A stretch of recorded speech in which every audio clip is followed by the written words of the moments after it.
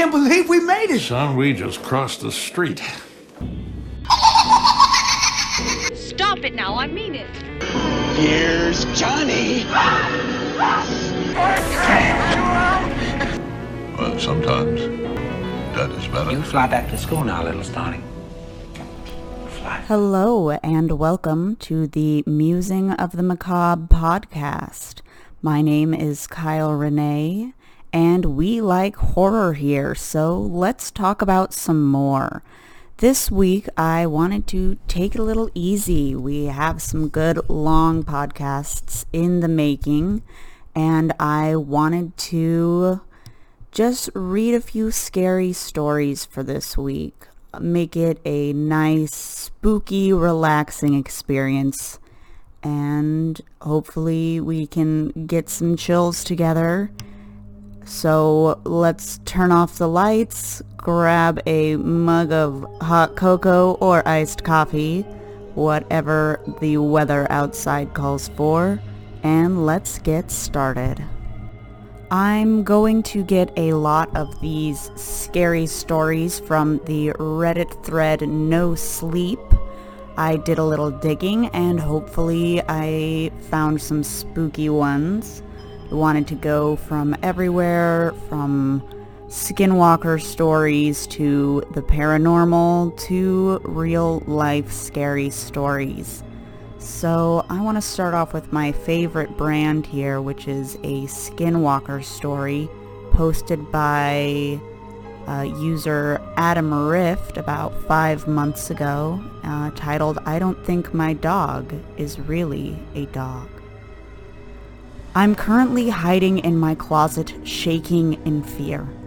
I'm typing this out on my phone, so I'm sorry if there's a formatting issue or grammar, but I really don't give a fuck right now. In case I don't make an update to this post, please report this to the authorities or anyone, please. I don't know what to fucking do. During April of 2018, I adopted a 5-month-old puppy from the pound. I was lucky enough to get her out of that hellhole and into my loving home. She was a border collie mix and her name was Nellie. I don't know what the fuck happened to her, but what I have now is not my dog. She was a timid little pup when I first took her home. I remember she was inside for at least 5 minutes before she peed on the carpet. I could only laugh and kiss her because I was so happy. She slept in my bed that night and for many more nights to come. She only weighed maybe 6 or 7 kilograms when I first picked her up. The months that followed were amazing. For the first time since I graduated high school, I was over the moon. Every day when I got home from work, she would rush to greet me with her lead dangling from her mouth, her tail wagging wildly. I absolutely loved to grab the newspaper with her. She was also an awesome chick magnet, but that's besides the point. She loved my neighbor, a nice man named Paul, whose wife had recently passed away from breast cancer. He was an older gentleman, well into his 50s, but never looked a day over 40. He liked to throw a barbecue for the few neighbors that we had in our little rural community. He always made an effort, so we all returned the favor with bringing food and beer. But things began to change in December of 2018. In the early hours of the morning, on the 5th, I believe, Nellie woke me up. I grabbed my glasses from the bedside table and flicked on the lamp. She was stood about a meter from the door, pointing right at it, and I could hear a low growl emanating from her. Curious, I got out of bed and opened the door. To her surprise, there was nothing out there. I thought that maybe that would be the end of it. A few more days passed, and on the 9th, it happened again. Early hours of the morning, and pointing at the door. This continued for the next week. I believe this is when Nellie disappeared. At about 2 a.m. on the 21st, Nellie woke me up and wanted to go outside. She would do this once every few weeks, so it was nothing out of the ordinary. She would wake me up by licking my face and then sulk and lay down at the front door if I wouldn't get up. Behind my backyard is a forest that extends for miles. Sometimes Nellie would like to hunt down rabbits and possums when we would go for a walk through the woods. When I let her out that night, she walked about 5 meters before the tree line. I watched her pee and then she started to make her way back to the house. This is when things didn't go exactly as planned. She must have heard something because she whipped around and pointed at the trees and growled. I thought it must have been a rabbit, but thinking back on it now, it was probably something much worse. She barked and then made a beeline for the trees. She disappeared into the thickness before I heard more barking. Then nothing. Absolute silence. I was about to grab a torch and put on my red bands, but then the trees started rustling. There was no wind. It was distressing, to say in the least. And then they stopped. I called out her name and waited. About a minute later, she walked through the trees and back inside. I thought nothing of it and promptly went back to sleep. I should have thought about it. As the months continued, things got weirder. She stopped wanting to go on walks. She cut back on her food and began to get skinnier. I decided to change up her diet from dog biscuits to meat. She liked that. She really liked that. Sometimes she would run off into the woods and go hunting for rabbits and anything she could get her paws on. I also noticed she began to get bigger. Not fatter, because as she got bigger, she looked skinnier. Then she stopped playing with her toys, and that weirded me out because she loved her squeaky duck toy that I got for her the day she came home and was always with her inside the house. Now it lay gathering dust in the corner of my room. She began to show a liking to the barbecue get-together Paul would throw. A little too much. Honestly, that should have been a warning sign. That day was the 26th of February, 2019, and the following weeks, people unfortunately died. It was small to begin with. That makes it sound better than it was. Old people died first.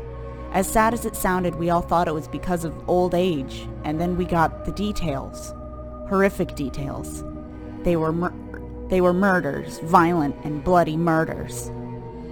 We were absolutely shit scared then. Paul and I started communicating a lot more than we used to. A text every hour or so just to check in, or maybe a phone call or two. He told me I should keep the key from my gun safe in the lock in case of an emergency, and I listened. I listened because I trusted him. I listened because he was one of my only friends. This brings us to tonight, the 24th of March. I awoke to the sound of gunfire. I rushed over to my curtains and yanked them open. Paul's house was on fire. I immediately rushed to put on some thick clothes and grabbed a flashlight and my phone, ready to dial 111 for a fire truck. At the time, I didn't even notice my bedroom door was open when I clearly remember closing it before I went to bed that night. Nor did I notice Nellie was missing. I yanked open my back door and I froze. It was illuminated by the bright fire of Paul's home, and it stood on its hind legs, tall and lanky, completely black with white highlights all over its body. The eyes were almost glowing red, its claws were massive, and sadly one set was clearly protruding through Paul's chest. I don't actually know. It felt like so long ago, even though it was only an hour ago. I couldn't feel a thing. I couldn't feel the flashlight slip through my fingers and land heavily on the concrete ground of my back patio. I instantly realized my mistake when I saw it look at me. It looked me deep in the eyes and I saw her. Her, my sweet girl, my Nellie, or rather, what was pretending to be Nellie. It dropped Paul to the ground and terrifyingly reared its head into the air and howled deeply. It sounded like a mix between the sound of absolute pain and what I could only describe as Lupin's howl from The Prisoner of Azkaban. That was the only motivation I needed to run. I hauled ass back to my bedroom and dived into my closet and shut the door. I covered myself with dirty washing and stayed still. It felt like I laid there for a few million years. It walked or skulked, more rather, into my room. I heard its claws clatter across the hardwood floor before stopping. I couldn't see a fucking thing, but I heard it howl once again before it sounded like it tore my bed to fucking bits. I heard glass smash and hard objects collide with the walls and then nothing. Complete silence once again before I heard it skulk off and leave the house, probably to finish eating my friend. It's now 7 a.m. I can hear sirens outside, but I'm too afraid to leave, lest this thing is waiting for me on the other side of the door. The only thing I could do for the last few hours was type this out and do research, but it didn't make sense. I googled everything I remember about that thing. I got a result that I'm fairly certain is what did this. It didn't make fucking sense. I read pages upon pages of this fucking thing. I looked at artwork, folklore, everything. It doesn't make sense. The research says the location of the creature is found in the United States, usually on Native American land. So, what the fuck is a goddamn Wendigo doing in rural New Zealand? Oof, that was a good one. I really liked that. I am a sucker for Skinwalker Wendigo stories, and they always make my skin crawl. So I was super excited to find that one. It wasn't a super long one either, so I think we can keep moving on. This next one is brought by user Bad Fake Smiles. Again, I'm reading off of the Reddit No Sleep thread, and it's called I Always Kept the Advice in Mind, Ignore the Drowning Man. It's another shorter one, so let's get started. Back in middle school, until high school, my parents would always drag me out to a certain beach resort during the summer. It was a place that started with a K, hidden in many islands in the Philippines. To be honest, I don't really bother trying to remember it, since I swore I would never set foot on that beach again. It was when I just turned 14 when I got to first see it. The Drowning Man. The hotel where we were staying had a perfect view of the ocean, the wide sea stretching across of what seemed to be the whole world. During the day, the sand was white and fine, and the water was somewhat clear and green. At night, the white sand would turn blue, and the water almost black. But during this particular stay, the moon was shining bright above the water, making it twinkle like the night sky. It was past midnight, and my parents were already sound asleep. I only pretended to be, though, and was actually playing with my Game Boy under the sheets. I decided to take a break from battling trainers, went to the window, and stared out at the moon for a while. And there he was. A silhouette of a man, splashing around in the middle of the sea. His arms raised up, waving, and his head shaking around as he goes up and down from the dark waters. I can barely make up his face or any more distinct features other than his shape, because of the distance, but instinctively I knew he needed help. "That man is drowning!" I shouted, waking up my parents. They got up and saw nothing. The drowning man had disappeared. "He's probably sinking right now!" I panicked. They went downstairs and alerted the hotel manager and have it investigated. The hotel manager called upon diving locals and even fishermen nearby to tell them about the situation. What I found strange was it seemed like my parents and I were the only people in the lobby panicking. The diving locals went ahead outside, barely even running. The hotel manager gave his sincerest apologies and assurance that it would be investigated. Turning my back to go back in the elevator, I bumped into the cleaning lady. Her hair was frizzy and white, and her skin was brown and wrinkled with the most beautiful tattoos all over her arm. She was also strangely fixated at the front door of the hotel, eyes still looking in the distance. She crouched to reach my height. "Ignore the drowning man," she said in a whisper and a shaking voice. I was confused, obviously, but for some reason I felt the seriousness in her tone and her intent based on fear. The next night at the hotel, I couldn't sleep at all. Even though the manager told my parents that the man was saved, it still felt like something was off. Then, past midnight, it was as if it was calling me, and I was tempted to look out the window once more. He was there again, the man, drowning, although he was a little bit nearer to the shore than the other night. I was confused and frightened all at the same time. He was splashing. It seemed like he was holding on for dear life. And that's when he stopped. Like a mannequin, he froze in position. I don't know why, but chills went down my spine. I pulled away from the window with a cold sweat. I had no idea what was going on, but I simply tucked myself inside my blanket and hoped it all goes away. The last night of our stay, my parents decided to go off to get a few things down inside of our parked car in front of the hotel. I helped my dad carry a few bags and headed outside where the cold sea breeze greeted us enthusiastically. I went towards the car, but stopped as he caught my eye again. The drowning man, but this time he was only a kilometer away from the shore. "Dad, it's him!" My dad dropped the bags he was carrying as he saw the drowning man. "Wait here, I'll call for help," my dad told me. My dad, seeing him, reassured me for a bit. I grabbed my flashlight and ran towards the shore to get a closer look, hoping to get a closer look at the drowning man. Submerging my feet into the waters, I called out, "Hey!" I shouted, "Help is coming!" Clumsily, I dropped my flashlight and even tried to grab it, but the waves took it away from my reach. The light underwater shined through the murky sand water. It revealed in front of me what looked like a large fishtail of sorts that quickly swam away. My forehead wrinkled, confused, and also nervous. I simply looked back to the drowning man. His limbs were completely motionless again. To my biggest surprise, he glided at an abnormal speed towards me like a jet ski. In fear, I quickly tried to get away from the water as fast as I could, trudging on the wet, sinking sand until I made it back to the hotel front. Catching my breath, I looked back and saw the drowning man stopped about 20 or so meters from the shore with his mouth agape.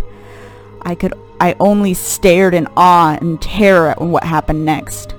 The man raised from the sea, his back revealing a long stem attached to something just beneath him, like a puppet.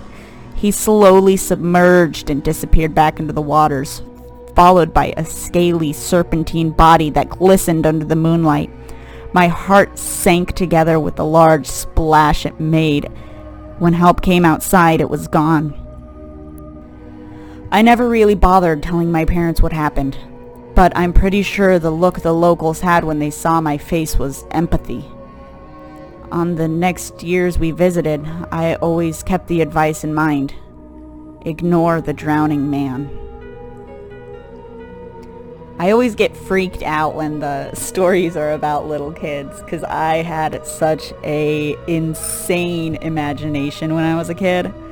So it always makes me wonder, like, what if those things that I imagined weren't actually my imagination? But I like that one. Again, that was by user Bad Fake Smiles. Sorry if I kind of jumbled around there. There was a few spelling mistakes, so I was trying to get the point they were trying to make across without tripping up too much. But I like that one. That was really good. That paranormal activity type thing. I love it.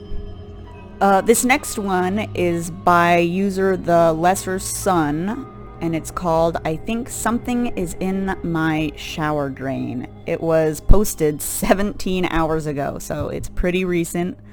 And I'm going to let you guys know now if you're users on Reddit, or if you know the website Reddit, which is reddit.com. Come check these stories out. Give them some love, give them some comments, and just let them know that the stories are super interesting and fun. I do like this thread. I actually don't go on Reddit very much, but this was brought to my attention, and I really, really like it. think maybe every few weeks we could read a few more, or some creepypastas or whatever. So this was, I think something is in my shower drain. I've recently moved from a tiny studio apartment in Manhattan to a much more spacious and cheaper Brooklyn one-bedroom. My boyfriend and I have been together for 2 years and have lived together for 2 months at his new place. He spent nights at my first studio before, and I never gave it a lot of thought when I found thick black clumps of my hair clinging to the sides of my tub just besides the drain. Living alone, for the most part at least, I rarely checked my drain until the water was pooling up to my ankles. I know, gross. Women can be pretty gross. However, since we moved in together and shared a shower more regularly, I've tried to be more vigilant about cleaning my hair out. But still, I've noticed more clumps than I think my scalp could produce. At first, I thought my boyfriend could be cheating on me, but if that were true, he was doing a pretty poor job at covering it up. I asked him about the hair last week over dinner, and he didn't seem to know what I was talking about. "My hair in the drain?" I kept saying. "You always stick it to the side of the tub." And every time he would shake his head and say, "No, I don't." And then he said something that told me he was either an expert liar or far less observant than the average human being. "I've never seen your hair in the shower." That night after he fell asleep, I went into our bathroom and shone my phone's flashlight down into the shower drain. I didn't know what I was looking for, a rat or some thick deposit of hair from residents past. But I knew what I saw. And I knew it saw me, too. One entirely black eye, no whites or iris or shine. A single eyeball. I noticed only as it blinked once in the direction of my flashlight. I, of course, screamed and dropped my phone on the bathroom tile. My boyfriend woke up and managed to get the light back on the drain as I cried and pleaded with him to check. He was almost too quick to say he saw nothing, and then started his theories. It could have been a rat, or maybe I was dreaming. But I knew it wasn't a rat. The eyeball was the size of a person's, if not bigger. I had maintenance come in the next few days, and I stayed in the bedroom while he took a look down the pipe. It lasted only a few minutes, and in those few minutes I could have sworn I heard voices from behind the closed door. Like he was talking to it? But when I opened the door on him, hoping to catch him by surprise, he was down on his knees checking the pipes under my sink. "No," I said, probably sounding unhinged. "I saw it in there." He barely looked at me or acknowledged the direction I was gesturing towards before saying, "I know, honey, but that pipe's not even big enough to fit a mouse skull. I did pour some cleaner fluid down there, though, so you should get less of a, regurgitation issue." I resigned to telling myself maybe he was right. Maybe I just heard him talking to himself on the job, and I was overreacting to the whole situation. Maybe I should switch shampoo brands if my current ones were discreetly turning me bald. I didn't like the fact he called me honey, but I couldn't pretend he wasn't trying to be helpful. I've never been someone to lose control of my thoughts or my dreams. I've never had sleep paralysis or a nightmare that couldn't be forgotten with the passing of time. This wasn't like me.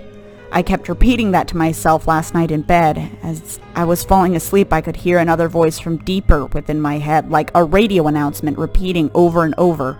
The mantra worked itself into my own thoughts and the sound of my own inner voice. "I want your hair. I want your teeth. I want your eyes. I hope that this all goes away very soon. But today I woke up with a fierce aching in the gums of my teeth. I don't know what's going on with these different parts of me. All I can hope for now is whatever it wants, it takes it quickly." There's a lot of layers to this one. I like it.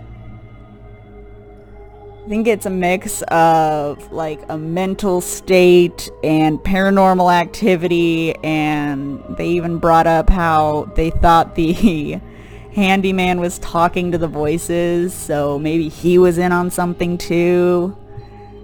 Giant conspiracy theories. Woohoo! I love it. Okay, well that was story number 3.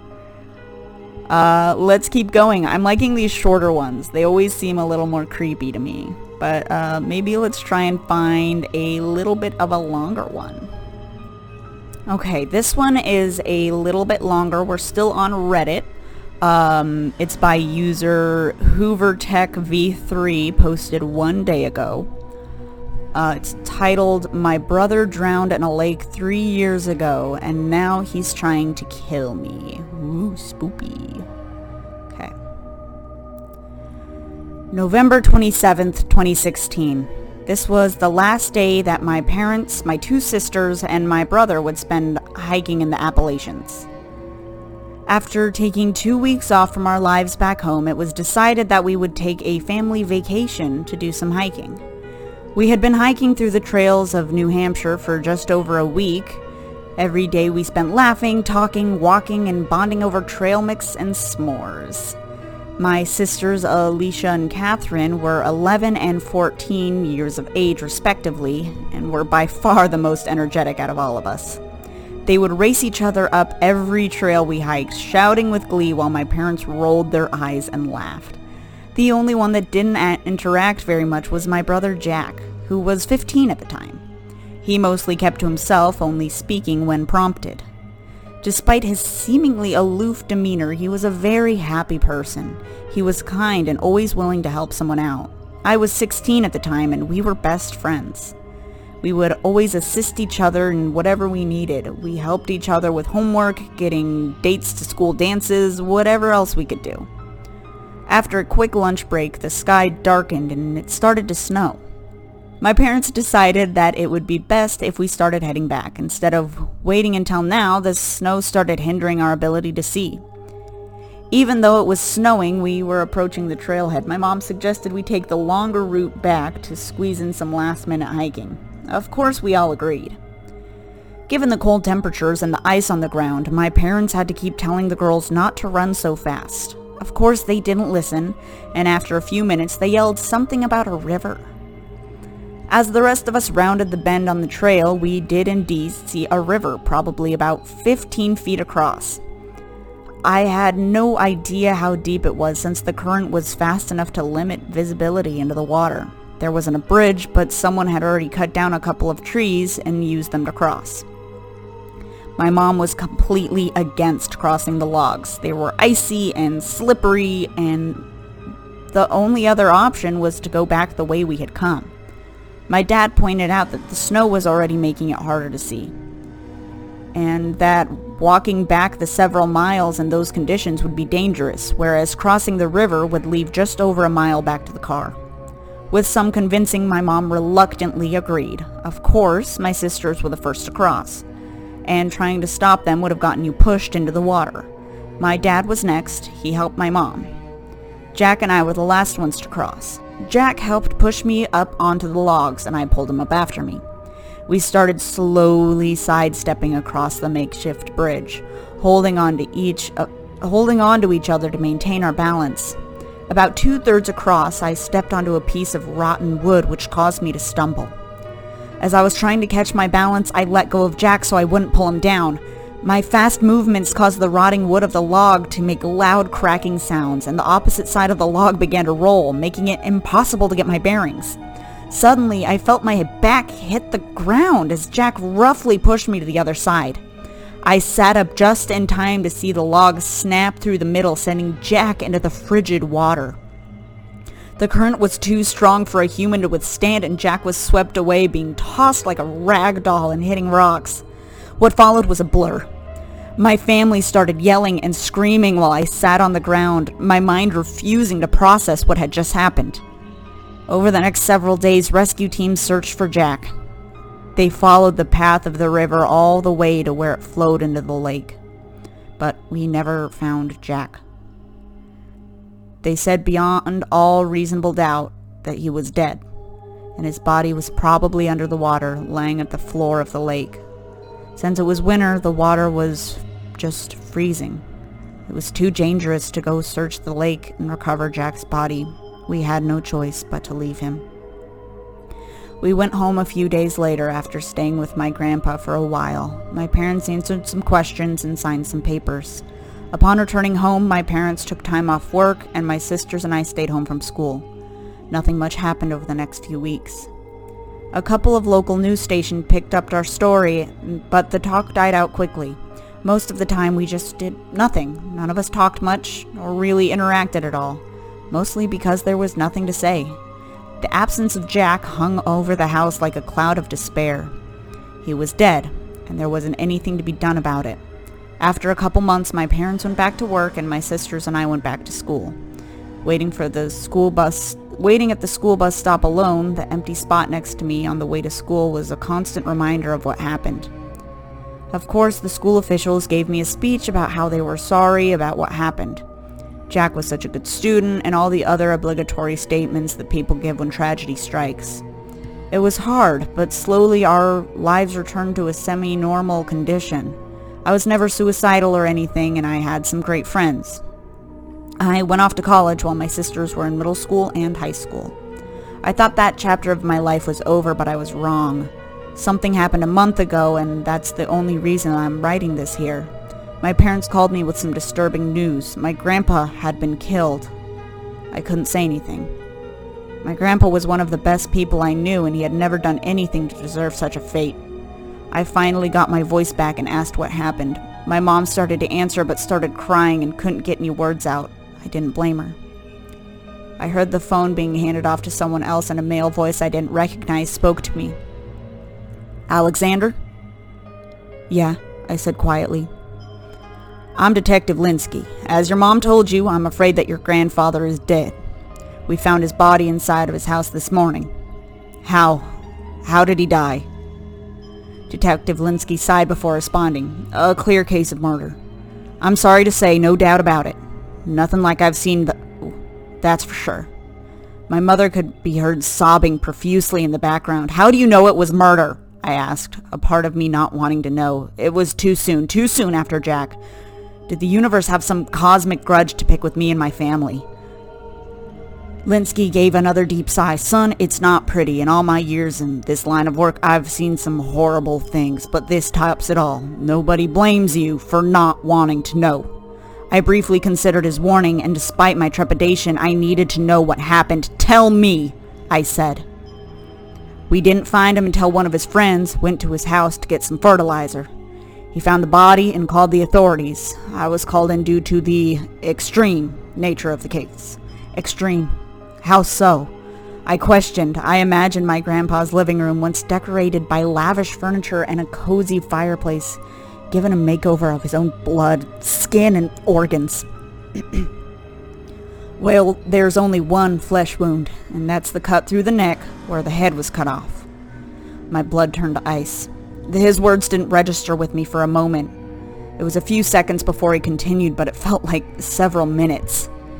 "His body below the neck doesn't look like any injuries were inflicted, but his skin is completely frozen. Forensic testing shows that his entire lower body was frozen using liquid nitrogen. This time, everything was processing immediately. There was no mental delay. In contrast to the frozen nature of the crime, my body began to boil. What kind of person would do something like that to an elderly man? Linsky must have heard my rapid breathing pattern, because he spoke with a forced calm, attempting to calm me. "I know this is a lot to take in. I can stop now if you'd like." I had already heard enough. I couldn't stop. Not without it burning even more of a hole in my mind. "No." Linsky took a deep breath before continuing. "We found his head in the freezer box. It was in a bowl of frozen water, and it looks like it also was exposed to liquid nitrogen." "Who could have done this?" I asked, although it was only partially meant for Linsky. "I don't know, but rest assured we're going to find out, and you have my deepest sympathies." I spent the next several days being interviewed by different authorities, including Detective Linsky. I'm not sure what exactly they thought I would know, but I answered each of their questions the best I could. My family and I spent a lot of time together, embracing and crying into one another. We told ourselves that life would continue, and that the person who killed Grandpa would be brought to justice, one way or another. We told each other that we would always be there. I stayed with my parents for a couple days just to be with them before I went back to my apartment to go back to college. I was woken up the following Saturday morning with a knock on my apartment door. I wasn't expecting any visitors, so I put on a shirt and went to open the door. I was surprised to see Linsky standing outside of my door. Linsky, hi, sorry, I wasn't expecting you. Did you find out who did it? I exclaimed. We tried to call you, but you didn't answer. We came to check up on you in person to make sure you were okay. We have some news, but I'm very sorry to tell you it's not good. I looked at him with a questioning expression. May I come in? You might want to sit down first. I nodded and he followed me to my kitchen table. What's going on? I asked as we sat down across from each other. Son, I'm afraid both of your parents were found dead this morning. My heart left my chest completely. My blood stopped pumping. I stared at Linsky without seeing him. Seeing that I couldn't respond, he continued, Your sisters are safe at the station. I'm afraid that your parents were in a similar condition to how we found your grandfather, but it's not so clean. Their fingers were removed, frozen, and nailed to the wall. Their head were frozen like before, but they were placed on your sister's nightstand. I'm with Alicia and Catherine at the police station now. Everyone is scrambling to make heads or tails of the situation. The girls are sleeping next to me as I write this. They're too scared to even sleep at the beds in the police station. I don't know the how or the why, but I know one thing. My brother is alive. He is the one that did this to my parents and my grandpa. And I'm next. Spooky! Ooh. I liked it. Okay. Sorry if my horrible accents take you out of the picture for a little bit, but I have to differentiate between the voices somehow, and that is my go-to voice. So, hopefully that worked out. I have one more short one before we start going into another long one, which is probably going to take up... I'll start it today, and I'll probably finish it next week, while we work on some other ones in the time being. But I might be able to post it next, or this upcoming Friday even. So we'll see. And let's go into a quick short one that I really enjoyed. Let's see here. So we're looking at another one by user It's Not Simple, posted 22 hours ago, titled The Girl on the Ceiling. I just want to apologize. I noticed, especially in the last one, I feel like I'm slipping into old high school monologue Kyle. So if it sounds a little theatrical, hopefully that adds to it instead of making it seem goofy. But I want to... This is a short one before we go into one that was highly recommended to me. Sorry about that. Alright, again, it's called The Girl on the Ceiling. When I woke up, I noticed there were black smudges on the wall. I looked at them closer and realized that they were fingerprints. I asked everyone if they had been in my room last night. No one had, but I knew those fingerprints weren't there when I went to bed. I checked around all the doors and windows. I was worried someone might have broken in, but there was no sign of entry and nothing was missing. Not sure what to think. I just had to assume that I had done it somehow before bed. Maybe I got up for a drink or to use the bathroom and touch the wall. A week later, I had pretty much forgotten about it until I saw more. This time they were in the living room. The weirdest part is that they were in the middle of the room on the ceiling. The only way to reach that part of the ceiling would have been to get a ladder. I got a stepladder from the garage to get a better look. Unlike the smudges on the walls, these were full handprints. I was able to see more clearly the size of the prints and realize that they were definitely a child's hand. Besides the fact that no one under the age of 14 lives in the house, how would someone so young even get up there? A little while after that, I again woke up to see more prints on my wall, this time surrounding my window frame. It looked as if someone crawled through the window. I checked, and sure enough, it was shut tightly and locked from the inside. At this point, I was baffled and even open to the possibilities of something paranormal. I was never one to believe in ghosts, but I had a friend who was. She told me to announce myself and ask the entity to reveal itself to me. I thought she was crazy, but I was so desperate for an explanation that I was willing to try. That night before bed, I said aloud my full name and announced, "Whatever is inside this home, specifically this room, please show yourself." That night, for some reason, I slept more soundly than I had since finding the first prints, until I had the most vivid dream of my life. I was sitting in my room, all the furniture was gone. I sat on the floor, and across from me stood a little girl. I felt so strangely calm for some reason. "Who are you?" I asked, but the girl did not answer. Instead, she began to transform into something else. Her tanned skin became paler by the second, and her eyes became bloodshot and sunken. Her short, curly, blonde hair grew and darkened. Her hair changed until it was stringy and black. "You're not asking me," she whispered and looked directly into my eyes, which chilled me to the bone. I closed my eyes tightly for a second, and when I opened there, she was back to her originally cute form. "You're asking me." She looked scared, as if she said it, and took a step back. "Don't be scared." I stretched an arm towards her, but retreated with her next phrase. Her face twisted into an inhuman expression. "Yes, be scared." Her voice was different this time. She began to change again, and this time excruciatingly slow. I could see every single change happen. I crawled backwards away from her as I was unable to stand. I wish I would have stood when I had the chance. "You wanted to see me?" She screeched and lunged towards me with her bony claw-like fingers outstretched forward. Just when she was about to reach me, I closed my eyes and screamed. I woke up terrified in my own bed. When my eyes adjusted to the dark, I was looking at the ceiling, and there it was. It looked directly at me, and I froze. I'm not sure how long I was like that. But the next time I woke up, it was morning. I lay on my side and glanced at the window. All of the prints and smudges were gone, even though I hadn't wiped them off yet.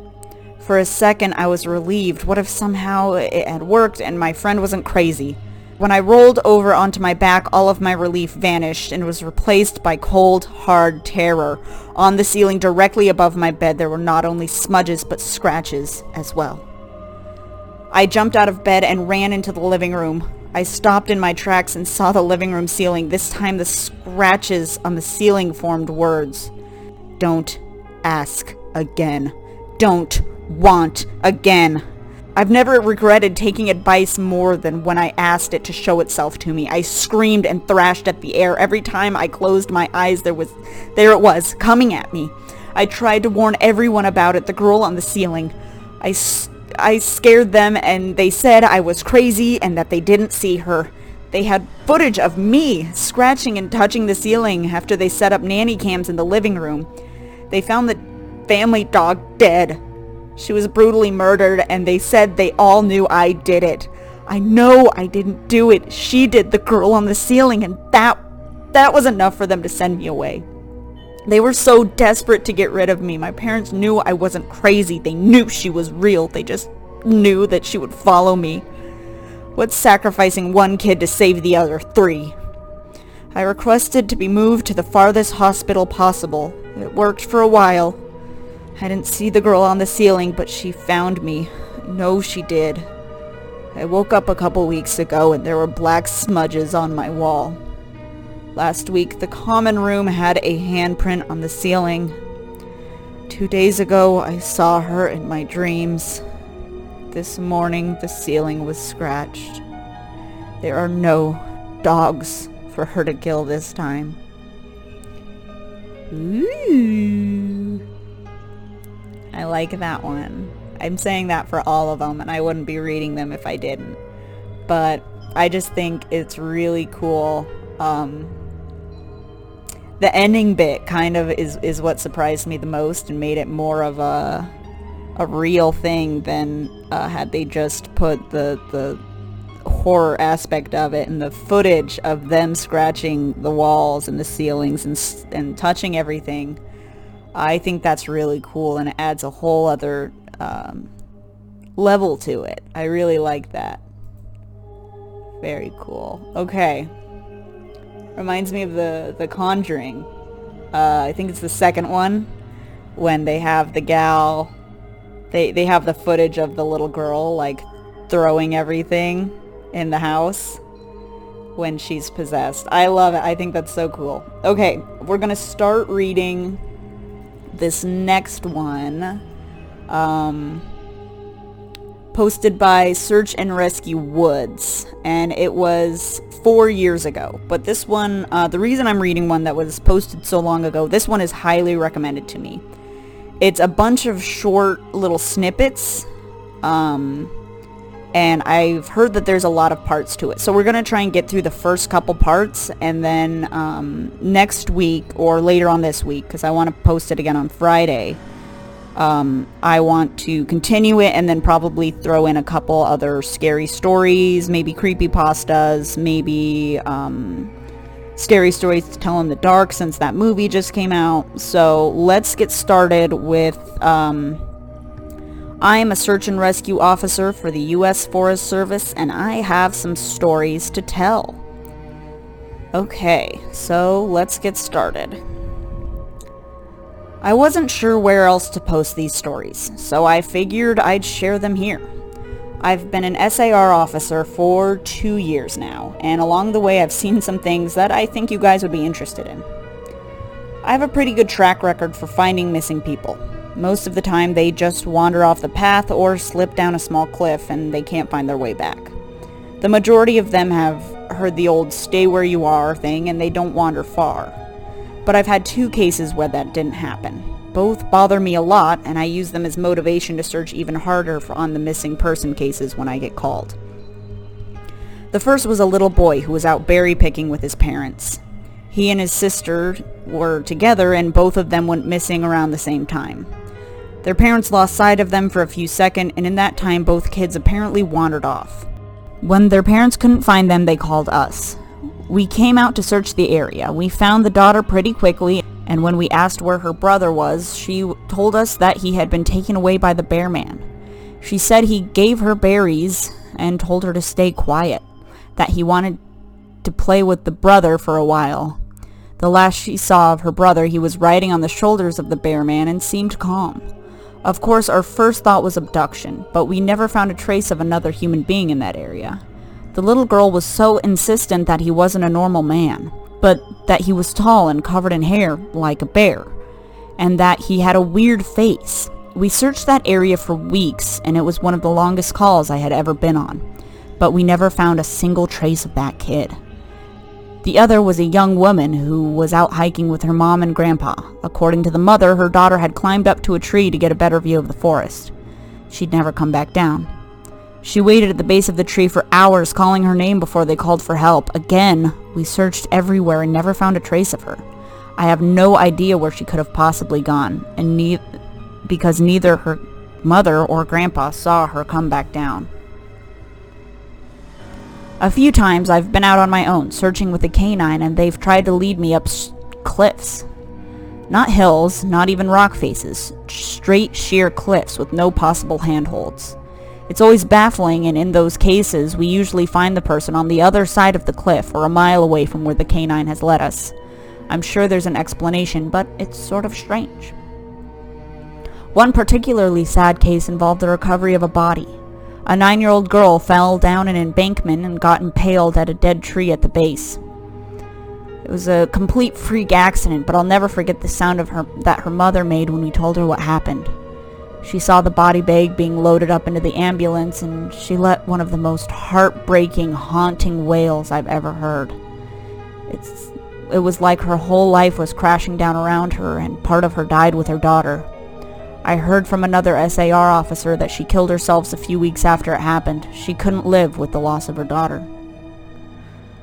I was teamed up with another SAR officer because we'd received reports of bears in the area. We were looking for a guy who hadn't come home from a climbing trip when he was supposed to, and we ended up having to do some serious climbing to get to where we figured he'd be. We found him trapped in a small crevice with his broken leg, and it was not pleasant. He had been there for almost 2 days, and his leg was very obviously infected. We were able to get him to a chopper, and I heard from one of the EMTs that the guy was absolutely inconsolable. He kept talking about how he'd been doing fine, and when he had gotten to the top, a man had been there. He said the guy had no climbing equipment, and he was wearing a parka and ski pants. He walked up to the guy, and when the guy turned around, he had no face. It was blank. He freaked out and ended up trying to get off the mountain too fast, which is why he had fallen. He said he could hear the guy all night climbing down the mountain and letting out those terrible, horrible, muffled screams. That story bothered the hell out of me, and I'm glad I wasn't there to actually hear it.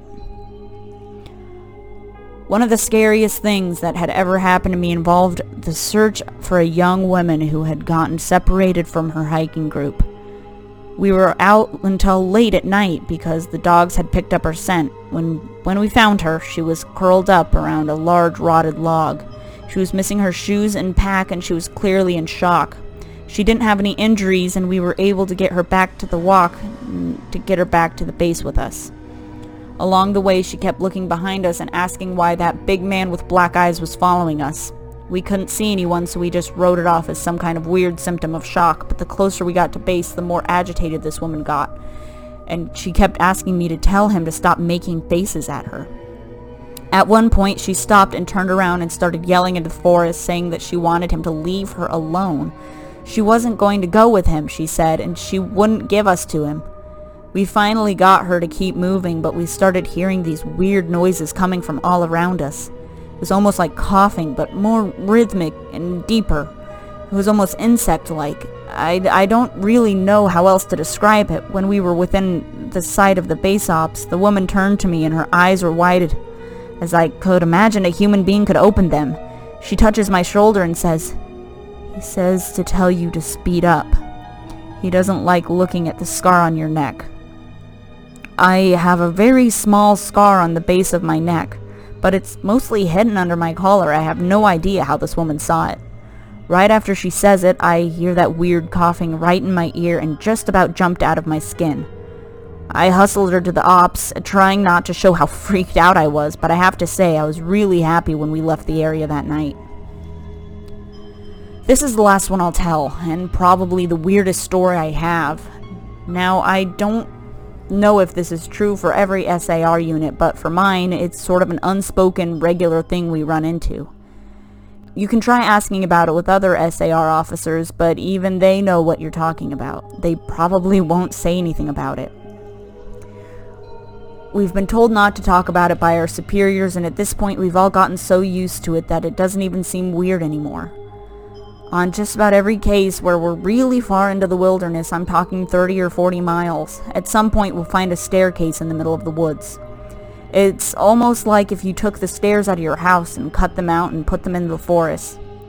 I asked about it the first time I saw some, and the other officer just told me not to worry about it and that it was totally normal.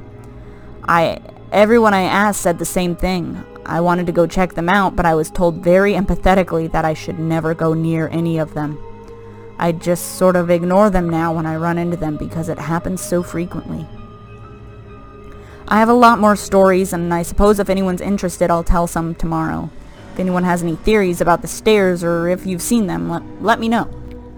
That is the end of part 1 of our In the Forest little section there. I am really appreciative I've had this one recommended to me, and I actually really like it.